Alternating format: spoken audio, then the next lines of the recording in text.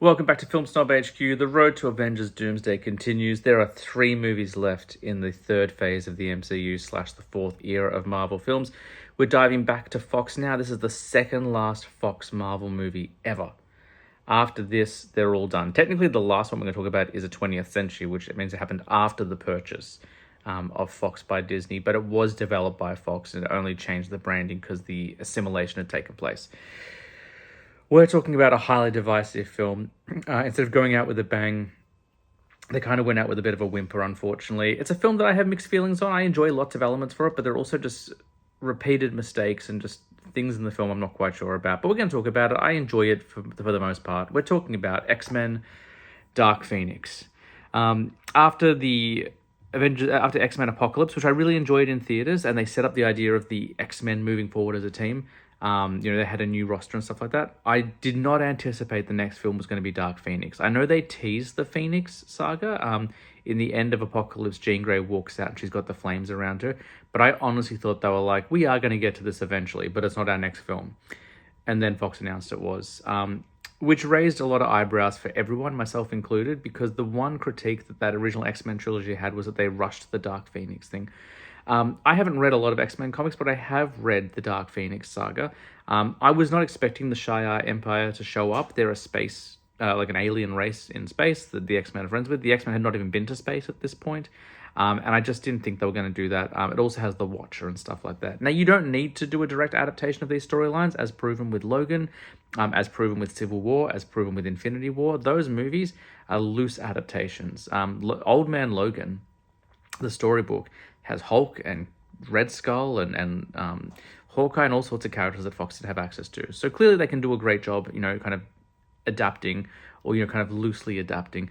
So I thought they would, give it a fair whack. But this film, the biggest mistake that it repeats is we just don't have enough time with Jean Grey. We don't know who she is.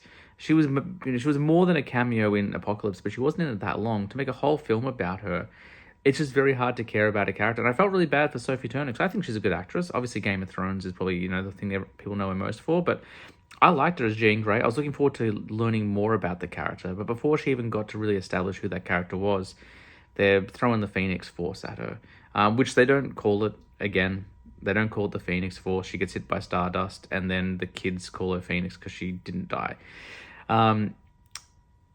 The actors look a bit tired in this film. They look like they're a little bit done. The time jump thing is still weird. It's now the 90s, which means Hank McCoy, in the space of 8 years in real life has aged, 30 years and still looks the same. They haven't explained this. They don't say that mutants age slower, so it's just a weird time jump. Ty Sheridan, who plays Cyclops, it's been 10 years. He looks exactly the same.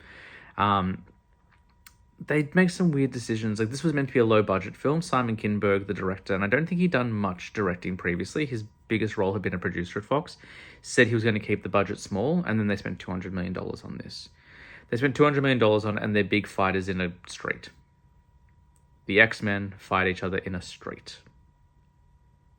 And then they fight each other on a road.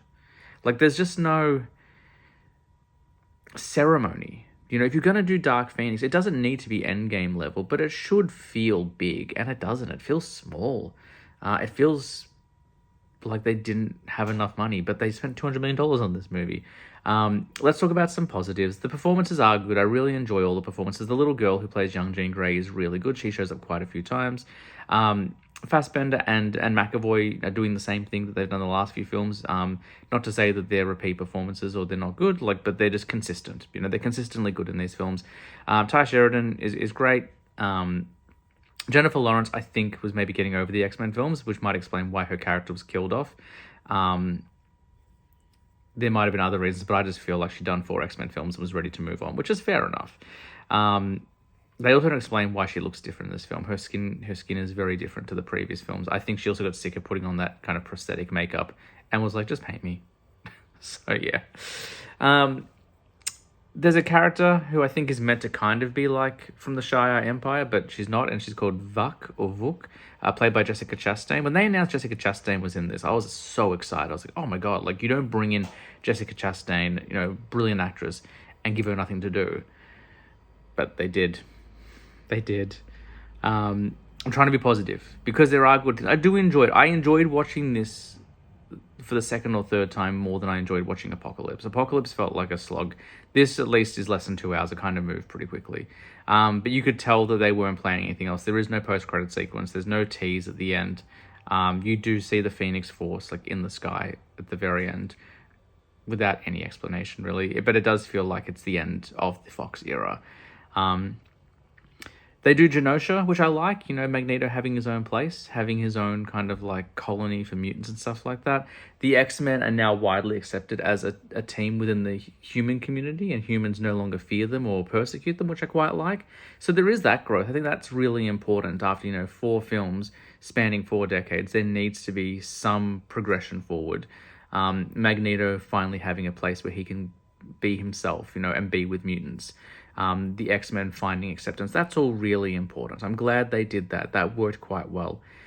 Just everything else, like Dazzler's in this film, but I think she's only in there because they wanted to show another mutant. The same way how like Jubilee was in Apocalypse, but not really.